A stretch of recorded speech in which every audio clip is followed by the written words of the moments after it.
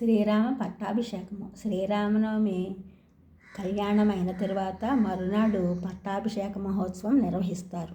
ఆనాడు శ్రీరామ పట్టాభిషేకం జరుగుతుండగా కౌసల్యాది రాణులు ఇప్పటికైనా శ్రీరాముని పట్టాభిషేకమును చూడగలుగుతున్నాము అని అనుకునిరి. వశిష్ఠాది మునులు నీ కీర్తి ఆచంద్ర తారార్కముగా వర్ధిల్లుగాక అని దీవించిరి. పౌరులందరూ మీరు చేసిన పుణ్యములు నేటికి ఫలించినవి అని సంబరపడసాగారు. భరతుడు, శత్రుఘ్నుడు, లక్ష్మణుడు, సుగ్రీవుడు, హనుమంతుడు మొదలైన వారు వివిధ ఉపచారములను అందించగా శ్రీరాముడు సింహాసనముపై పట్టాభిషిక్తుడైనాడు.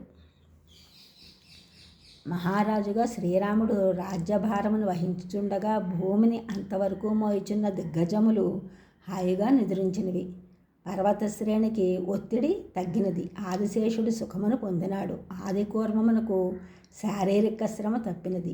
ఆ విధముగా సామ్రాజ్య వైభవమును పొందిన శ్రీరామును దర్శించి ప్రశంసించుటకై కణ్వ, గార్గ్య, రోమసాది మునులు ఉత్తర దిక్కు నుండి, అగస్య, అత్రి, సుముఖాది మునులు దక్షిణ దిక్కు నుండి, జాబాలి, కుత్స, లోద్రాది మునులు పడమటి దిక్కు నుండి, జమదగ్ని, కశ్యప, గౌతమ, భరద్వజాది మునులు తూర్పు దిక్కు నుండి శిష్య ప్రశిష్య సమేతులై వచ్చిరి. వారి రాకను తెలిసిన శ్రీరాముడు సింహాసనము దిగి వచ్చి నమస్కరించి వారిని సగౌరవముగా సభలోకి తోడి తెచ్చి ఆసనములను ఇచ్చెను.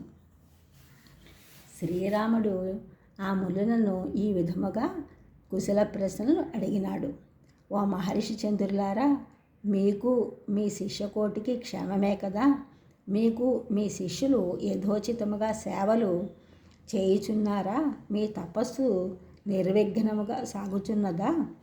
అడవిలో మీకు కావలసిన దర్భలు, సమిధలు, ఫలపుష్పాదులు లభించుచున్నవా? ఎవరూ మీకు ఇబ్బంది కలిగించటం లేదు కదా అని కుశల ప్రశ్నలు అడిగాడు శ్రీరాముడు.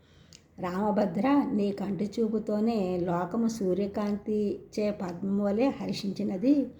నీవు సుజన రక్షణను దీక్షగా స్వీకరించి పాలించుచుండగా ఇక మా యోగక్షేమములను మరల ప్రత్యేకించి చెప్పవలన?